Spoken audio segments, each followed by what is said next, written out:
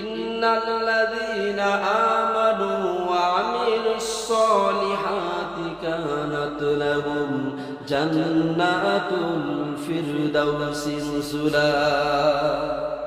যারা ঈমান এনেছে, নেক আমল করেছে, এরা আমার প্রতি ঈমান আনার কারণে নেক আমল যখন করেছে, একদিন তাদের মৃত্যু সম্মুখীন সামনে চলে আসবে। যেদিন মৃত্যু তাদের সামনে চলে আসবে, তাদেরকে বলা হয় ইদা জাআ আজালুল মুসাম্মা লা ইস্তাখিরুনা সাআতান ওয়া লা ইস্তাকদিমুন। আপনার আমার সবার মৃত্যু হবে যেদিন নির্দিষ্ট সময় চলে আসবে, মালাকুল মউত সামনে হাজির হয়ে যাবে। হাজির হয়ে যাওয়ার পরে যখন আপনাকে দাফন করানো হবে, কাফন টাফন করে যখন দাফন দেওয়া হবে, দুনিয়ার পুলিশকে তো আপনি টাকা পয়সা দিয়ে আপনি ম্যানেজ করে আপনার গাড়িটাকে সারাইলেন বা আপনি নিজেও বেঁচে গেলেন। আল্লাহ বলে দুনিয়ার মধ্যে একটা গাড়ি চালাইলে তোমার মাঝে এত ভয় যে আমার গাড়িটা পরিপূর্ণভাবে বৈধতা আছে কিনা, বা আমি নিজে ড্রাইভ করতেছি আমার বৈধতা আছে কিনা, দুনিয়ার মধ্যে এই সব বিষয় নিয়ে তোমার মাঝে ভয়। কিন্তু একবার কি চিন্তা করেছ, দুনিয়ার জীবনটা যখন শেষ হয়ে যাবে, আমার ডাকে যখন সারা দিতে দেওয়া লাগবে, যেদিন আমার জমিনের মধ্যে চলে আসবা, আমার জমিনের নিচে যখন চলে আসবা, সেদিন এমন কিছু ফেরেশতা তোমাকে জিজ্ঞাসাবাদ করবে, আর প্রশ্নের উত্তরগুলো যদি সঠিকভাবে না দিতে পারো, তাহলে তোমাকে জাহান্নামে চলে যেতে হবে। আর সঠিকভাবে যদি জবাব দিতে পারো, তাহলে জান্নাতের মধ্যে চলে যাবা। আল্লাহ সেটাই বলেন, দুনিয়াতে টাকার মাধ্যমে, আপনার ক্ষমতার মাধ্যমে, পাওয়ারের মাধ্যমে সব কিছু আপনি ম্যানেজ করে ফেললেন। কবরের মধ্যে যে ফেরেশতাদেরকে নেওয়া হয়, যে ফেরেশতাদেরকে রাখা হয়েছে, ওই ফেরেশতারা তো টাকা চিনে না, পয়সা চিনে না, আপনাকেও চিনে না, ক্ষমতাটাও আপনার চিনে না। তারা শুধু চিনে ঈমান আর আমল। ফেরেশতা বলে যদি ঈমান আর আমল আমাদের কাছে দেখাই দিতে পারে, তাহলে ওই ফেরেশতার প্রশ্ন হলো যে মান রব্বুকা মান দীনুকা মান নাবিয়্যুকা, তিন প্রশ্নের উত্তর যদি সে জবাব দিতে পারে, তাহলে অবশ্যই আমরা তাকে ছেড়ে দিব। আর কবরের জগৎ থেকে একবার যখন বেঁচে যায়, সে প্রত্যেকটা ঘাটি থেকে বেঁচে যাবে। ওই ড্রাইভার যেমন গাড়িটা চালাইতে চালাইতে হঠাৎ পুলিশের সম্মুখীন হয়ে গেল, পুলিশ তার সমস্ত কাগজপত্রগুলো চেক করে দেখে যে হ্যাঁ তার সবগুলোই ঠিক আছে, কোনোটাই ভেজাল নাই। উনি যদি সারা বাংলাদেশে গাড়িটা চালায়, কোথাও তারে ধরবে না, কারণ প্রথম চেক যখন করেছে, প্রথম তার চেকের মধ্যে, প্রথম তার যাচাইয়ের মধ্যে সে রেজাল্ট পাস করে ফেলেছে। সামনে যতগুলো পুলিশ আসবে সবগুলোই তো একই তদন্ত করবে, তাহলে বোঝা যায় এই লোকটা কোথাও ঠেকবে না, কোথাও ঠেকবে না। আল্লাহ বলে রে গোলাম, দুনিয়ার জমিনে তোমারে পাঠাইলাম, ঈমান আর আমলটাকে যদি ঠিক করতে পারো, কবরের জগৎ থেকে যদি একবার বেঁচে যেতে পারো, তাহলে একবারে বেঁচে গেলে যতগুলো সামনে পথ রয়েছে, কোথাও তুমি আটকাবা না, কোথাও তোমাকেও আটকে রাখবে না, সবগুলো ঈমান আর আমলের বদলতে পার হয়ে যাবা।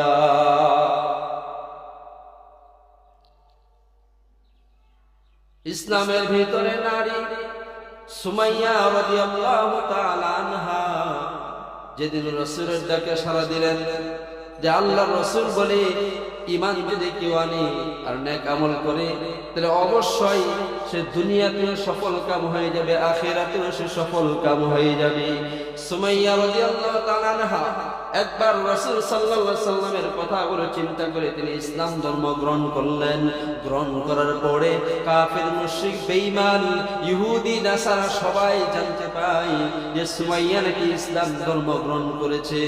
শুধু সুমাইয়া ইসলাম ধর্ম গ্রহণ করে নাই, গ্রহণ করে থামে নাই, সুমাইয়া বলে, যে মুহাম্মাদের প্রতি ঈমান এনেছি, যে আল্লাহর প্রতি ঈমান এনেছি, যে কোরআনের প্রতি ঈমান এনেছি, যে ইসলামের প্রতি ঈমান এনেছি, যে ফেরেশতাদের প্রতি ঈমান এনেছি, আমি সুমাইয়া ইসলাম ধর্ম গ্রহণ করা পর্যন্তই থেমে গেলে এখানে ইসলাম ধর্মটা পরিপূর্ণভাবে গ্রহণ করা হবে না। সুমাইয়া তদানীন সময়ের মক্কার মধ্যে সবচাইতে ধনী একজন ছিলেন এবং অনেক বড় একজন ব্যবসায়ী একজন নারী ছিলেন। সুমাইয়া চিন্তা করলেন যে হ্যাঁ, আমি যদি ইসলাম ধর্ম গ্রহণ করেছি তাহলে আমার ধন সম্পদ যা কিছু রয়েছে সবগুলো আমি ইসলামের জন্য দিয়ে দিব।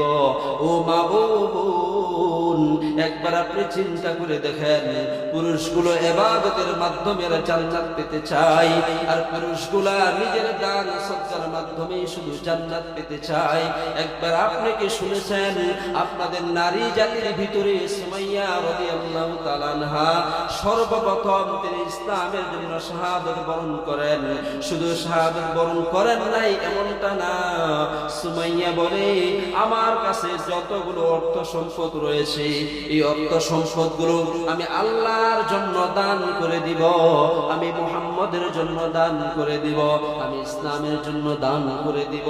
কারণ সুমাইয়া চিন্তা করে দেখেছে, ঈমান আনলাম, নেক আমল করলাম, শুধু ঈমান আর আমলের বদৌলতে তো আল্লাহ তাআলা আমাকে জান্নাত দান করবে, কিন্তু আল্লাহ আমাকে প্রচুর পরিমাণে অর্থ সম্পদের মালিক বানাইছেন, অনেক টাকা পয়সার মালিক বানাইছেন।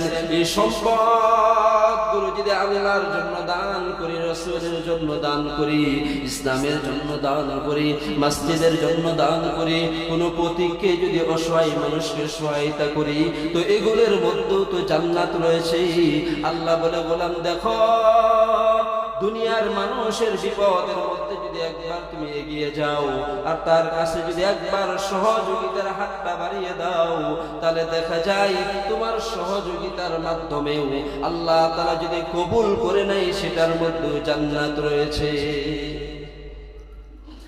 খলিফাতুল মুসলিমিন ওমর রাদিয়াল্লাহু তাআলা আনহু তিনি যতদিন দেশ শাসন করেছিলেন, হঠাৎ একদিন দেখতেছেন খলিফাতুল মুসলিমিন দিনের বেলায় তিনি অফিস আদালতের কাজকামগুলো করে, রাষ্ট্রীয় কাজগুলো করে, রাতের বেলায় তিনি ঘুরে ঘুরে দেখতেন কোথায় মানুষ বিপদের মধ্যে পড়ে আছে, কোথায় কার কি প্রয়োজন সবগুলো খবর নিয়ে দেখতেন। হঠাৎ দেখতেছে খলিফাতুল মুসলিমিন একটা ঘরের ভিতরে একটা পুরুষ মানুষ ঘরের ভিতরে যায় আর বের হয়ে আসে, যায় আর বের হয়ে আসে। খলিফাতুল মুসলিমিন লোকটার বিপদের অবস্থাটা দেখে তিনি চিন্তা করলেন হয়তো লোকটা কোনো মুসিবতের মধ্যে সম্মুখীন হয়েছে। লোকটার কাছাকাছি গিয়ে বলে, ভাইজান আপনি কি কি বিপদের মধ্যে পড়ছেন নাকি? বলে হ্যাঁ। বলে কি বিপদ? বলে আমার স্ত্রী এখন সে প্রেগনেন্ট রয়েছে, এখন সে দুনিয়াতে বাচ্চা একটাকে জন্মগ্রহণ করবে, এই মাত্র প্রসব করবে, তার প্রসবের বেদনা এত কঠিন হয়েছে, এত ব্যথা, তার অবস্থা দেখে আমি নিজেই নিয়ন্ত্রণ থাকতে পারি না। আমি চিন্তা করি একটু বাহিরে যাই, একটু ঘরের ভিতরে আসি। যখন আমার স্ত্রী চিৎকার দেয় তখন আমি ঘরের ভিতরে যাই, যখন আবার দেখি আমার স্ত্রী শান্ত হয়ে যায় তখন ঘর থেকে বের হয়ে বাহিরে আসি। চিন্তা করে কোনো পুরুষের সাথে বা কোনো নারীর সাথে যদি আমার সাক্ষাৎ হয়ে যায়, ওই নারীটাকে আমার স্ত্রীর কাছে নিয়ে যাব। এই অবস্থার মধ্যে একটা যদি নারী পাই, আমার স্ত্রীর এই মুহূর্তে এই মুসিবতের মধ্যে কঠিন একটা উপকার হবে। লোকটা একবার ঘরের ভিতরে যায়, একবার বের হয়ে আসে। খলিফাতুল মুসলিমিন বলেন, ভাই আপনি আপনার জায়গায় থাকেন, আমাকে কয়েকটা মিনিট সময় দেন।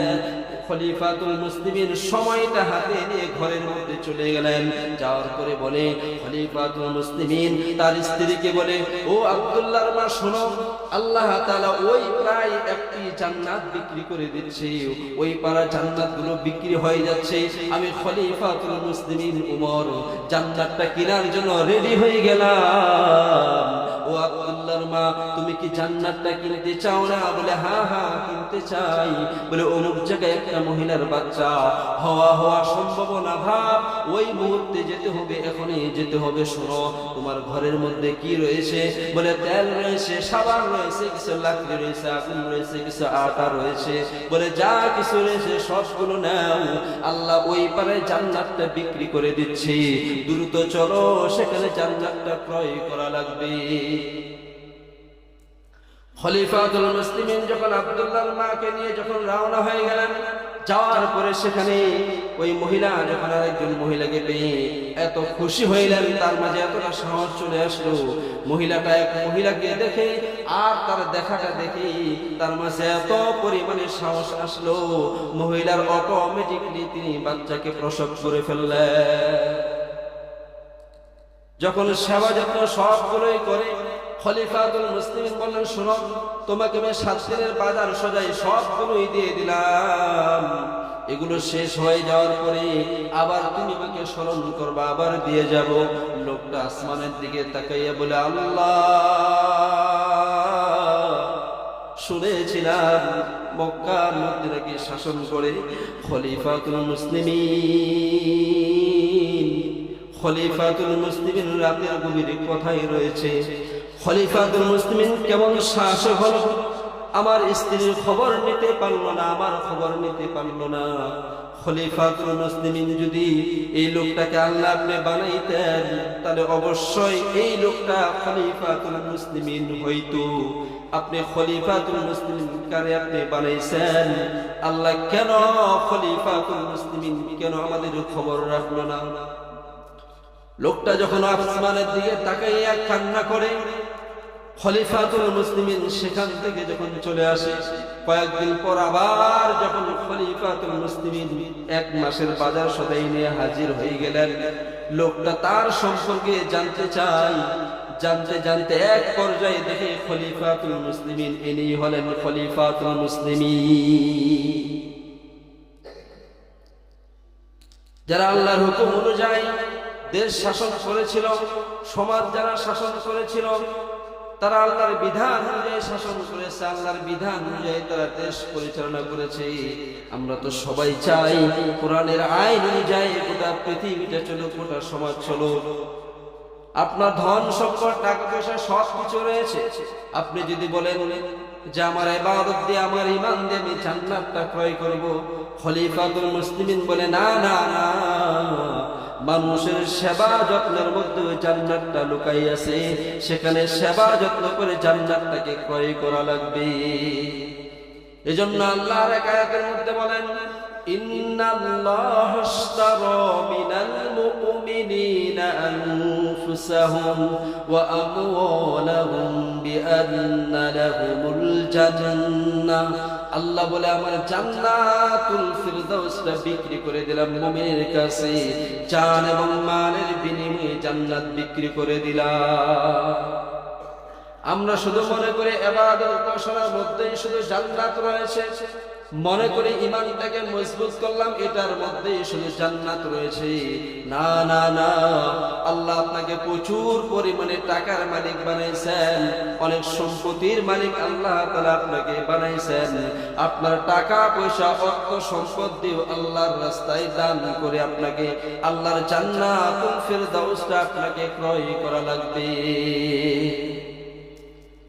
আল্লাহ আমাদেরকে যে পরিমাণে টাকা পয়সা সম্পদ দান করেছেন, এগুলো আল্লাহর বিধান অনুযায়ী যদি খরচ করতে পারি, রাসূলুল্লাহ সাল্লাল্লাহু আলাইহি সাল্লামের সুন্নাহ অনুযায়ী যদি সেগুলোকে দান সদকা করতে পারি, তাহলে দেখা যায় আল্লাহ রাব্বুল আমিন কোন দানের বদৌলতে আপনাকে আমাকে জান্নাতুল ফিরদাউসটা দান করে দিবে।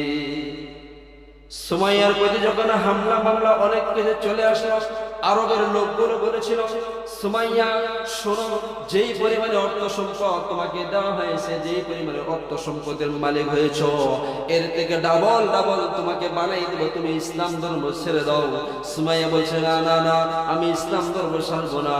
আবু জেহেল বলে, শোনো, মক্কার সব চাইতে সুন্দর একটা যুবকের সাথে তোমার বিয়ে শাদী করাই দিব, ইসলাম ছেড়ে দাও। বলে না। বলে আসমানটাকে যদি কাছে চাও সেটাও এনে দিব। বলে না। বলে চাঁদটাকে যদি কাছে পেতে চাও সেটাও দিব। বলে না। তো সূর্যটা যদি হাতে চাও সেটাও দিব। বলে না।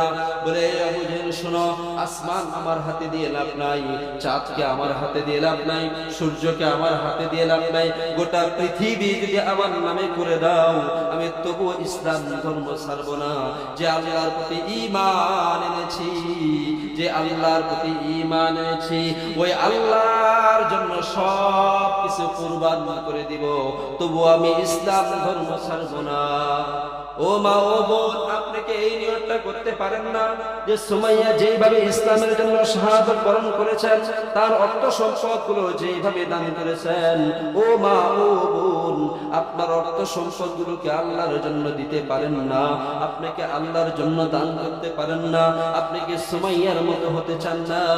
সুমাইয়া রাদিয়াল্লাহু তাআলা আনহা তার অর্থ সম্পদগুলো সবগুলো আল্লাহর জন্য কুরবান করেছেন। শুধু তাই নয়, সুমাইয়া বলে আমার জানটা পর্যন্ত আমি কুরবান করেছি। আবু জেহেল বলে শোনো, সুমাইয়া এইভাবে ইসলাম ধর্ম ছাড়বে না, সুমাইয়াকে হত্যা করা হোক। সমস্ত কাফের মুশরিক বেঈমানগুলো যখন এক পাকে হয় সুমাইয়াকে ঘেরাও করেছে, সুমাইয়ার কাপড়গুলো যখন একটা একটা করে খুলতে খুলতে সবগুলোই যখন অর্ধলঙ্গ করে দিয়েছে, এবার সুমাইয়াকে বলা হয় সুমাইয়া ইসলাম ধর্ম ছাড়ো, নতুবা তোমাকে হত্যা করে ফেলবো। সুমাইয়া বলে শোনো, আমাকে তো মেরতে মেরতে আমার লজ্জায় সব কিছু আপনারা দেখে ফেলেছেন, আমি আল্লাহর জন্য সব কিছু কুরবান করে দিব। আমার আত্মসম্পদ, টাকা পয়সা যা কিছু আছে সবগুলো আল্লাহর জন্য দান করে দিব, মুহাম্মদের জন্য দান করে দিব। আমারে যদি তোমরা হত্যা করে ফেলো, মেরেই ফেলো, মেরেই ফেলতে পারো, তবুও যার প্রতি ঈমান এনেছি, ইসলাম ধর্ম গ্রহণ করেছি, কোনোভাবে ইসলাম ধর্ম ছাড়বো না, কোনোভাবে ঈমানটা সুমাইয়ার কলব থেকে বের করা সম্ভব না। আবু জাহেল বলে শোনো, আমার হাতে একটা বিশাল বল্লম দাও, সুমাইয়াকে এই মুহূর্তে আমি আঘাত করব, আঘাত করে সুমাইয়াকে হত্যা করে এখানে সুমাইয়াকে মৃত্যুবরণ করাই দেব। এক পর্যায়ে আবু জাহেল সামনে হেঁটে হেঁটে যাইতে যাইতে সুমাইয়া রাদিয়াল্লাহু তাআলা আনহার চুলের মুঠাগুলো ধরে এমন ভাবে বল্লমটা তলপেটে আঘাত করেছে, এপাশ থেকে ওপাশ সেটা বের করে দিয়েছে।